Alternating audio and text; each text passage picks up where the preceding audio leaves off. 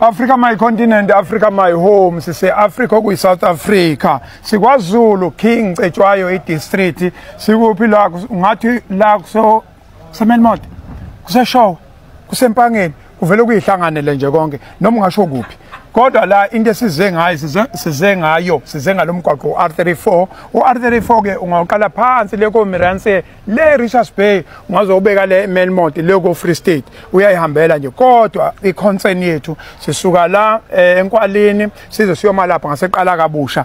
la umgwaqo olungiswa khona into ke yenzekalayo khona ke ngoba qala umgwaqo olungiswa nje sekunezinkulumo eziningi ezizungezana nezidunga nje ukuhlala komphakathi kugcina umuntu engasakwazi okuyinqendo kwisibhakelo kuyithathe nokuyilegini ikhona inkulumo ethi la umgwaqo akusetshenzwa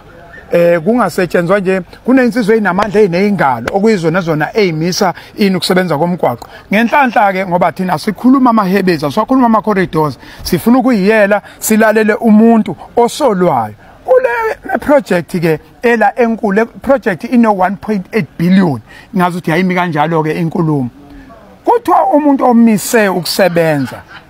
nangumfoka biyela uvika wakhona lapha emthonjaneni kuthiwa yena insizweni ezingale ezinkulu emisa ukusebenza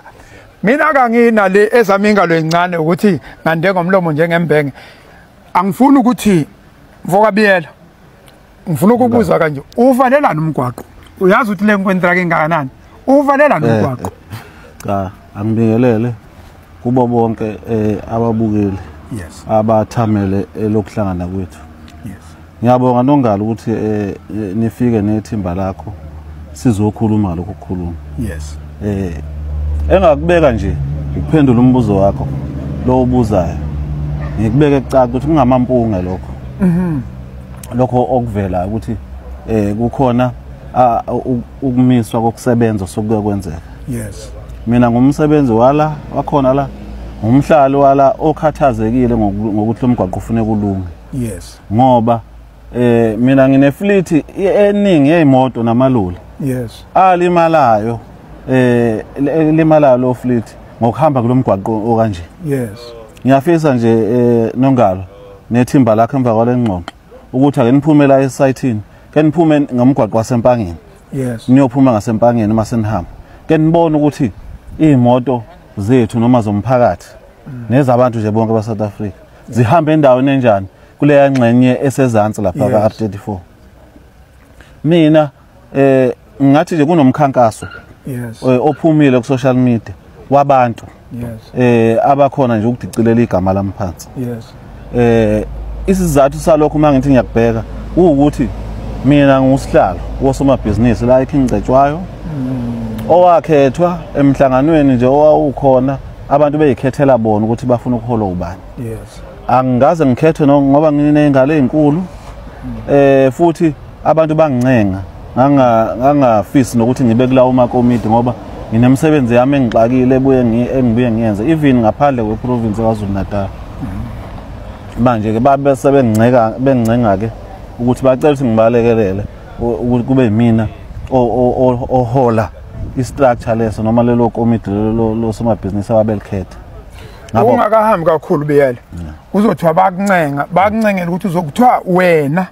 uhlangane nekhansela enizihlobo nalo lenhlangano engengisayibiza uthiwa wena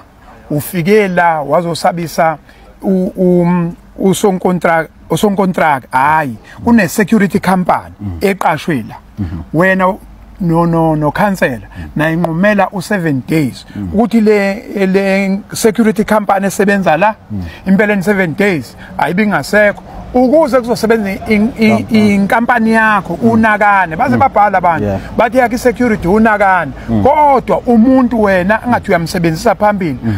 ukhansela angifuni nimveze ukhona la ulokho ehamba la ukhansela okuyena ofika impela wazosaba uke wabiza abantu ukhansela isho njalo inkulumo lapha eclinic wababizela khona wahlanza umphakathi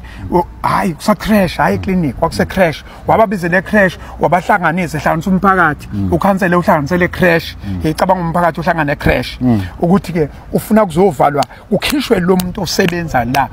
kodwa umuntu osequlwini kuthiwa wena inkampani yakhe afanele abisebenza la tshela na umphakathi Nongalo ukuyiphendulela kulokho ngangingekho kulomhlangano lokukhulunywa ngawo okuthiwa ukhansela wabiza khona umphakathi ngakuzwa ukuthi umphakathi ukhansela wayibize umphakathi ngoba uzoqashwa umphakathi kwakuzogovuzwa amaphepha ukuthi kunominate laba abazoba nenhlanhla ukuthi bethola amathuba okuqashwa lokho okunye ke osekushiwo ukuthi ukhansela wasabisa abantu ngeke ngikwazi ukuphendula ngoba ngangingekho kuthiwa nami ngafika ngokuzwa ngendlela abantu ababhala ngayo ngangingekho bawufakaza ababekhona lapho ngangingekho futhi thina ukhansela umsebenzi kahulumeni nomsebenzi womphakathi ngoba nje ikhansela ukhethwe wona umphakathi and nami mangikhuluma ngami nami law abiding citizen ukusebenza komthetho ngihambisana nakho abantu abaphume kulento leyo ukuthi behambe bengingcolisa benginemba bekhuluma izinto engezi nginayo impela inkampani yonogada ngingasho ukuthi nginezitha ngendaba yokuba nale nkampani ngoba kunezigameko ezikhona la khona engibe ingxenye yokuthi kubanjwe abantu abathile baboshwa abanye bagwedwa ngisho life ihlobo zalabo bantu yizona ke eziphuma umkhankaso wokungcolisa zithi ngabula lo bani ngenzani yonke lento engekho kade mina ngisenkantolo ngiboshwe ngawo ngendaba social media kwathiwa ngibulele umuntu othile kodwa ngacela enkantolo ukuthi akhishwe ubufakazi ngoba lento ekhulunywa ngiyazi kodwa mase singiyabheka yiyo lento ka social media amaphoyisa angibopha nje ngezinto ezayibhalwa abantu kodwa ufakazi abukho sesiyayivala ke Africa My Continent umhlangano besinawo la besizolalela ngoba sikuzwile konke lokho akushoyo sikuzwe social media kodwa umuntu obeshela umhlangano Lieutenant Colonel umncwango ophuma lapha eMlalazo ophuma lapha eShowe usonkontraki inkontraki esebenza la ibe khona lo councilor usolwa ube khona kodwa ucomplainant ushuthi lo khalaza ngokuthi inkampani yakhe yakhishwa uyena obengekho ama stakeholders abekhona onke ongangokuthi nje igama eliphume ensizweni okuthiwa uNkomonde esebenza kwa Exmo kwa Crossmo lithe akaze ume umsebenzi uyahamba umsebenzi kuyasetshenzwa ne consultant nayo yafika futhi yathi cha lokhu yaqala ngoFebruary yona akaze umsebenzi ume umsebenzi uyayihambela mabemile basuke bemiswe isimo sezulu basuke ezimele nje okusho ukuthini ke lensizwa lehlena emhlanganweni ngalalela emhlanganweni ngayingxenye yomhlangano okusho ukuthini nami sengambhayila out uthi ayokunye ningamsola kokunye ayilokho kwala emgwaqweni bakithi bengikhona no councilor ube khona osevulelwe icala angifuni ukuthinta indaba yecala kodwa kuvelela ukuthi into eyenzeka lona osebenza la babe khuluma nje verbal lo security kusafika no plant manager uplant manager wacela ambhekele okwamanje kungakasothwa izinto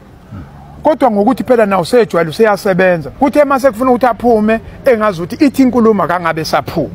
yikho ke sila lo sebenza la akaqashwanga ngendlela yePLC ikhona ke sikuzwile kulomhlangano esiphuma kuona cha leli impela ngiyambhayila out hayi ngoba mhlambe ngisebenza nodadewabo nami ngimbhayila out bengekhona Africa My Continent okwalana nje iphutha libe enkampanini uExmo noma uCrossmo waqasha umuntu ngaphandle kokulandela iprocedure mhlambe yakhe uCrossmo noma yePLC yikho ke ngazuthi kunomsindo kodwa lo msindo ubungakafike ekutheni umgwaqo uvalwe noma ukuphazamisa kwenkwentraki I thank you Africa My Continent siyabonga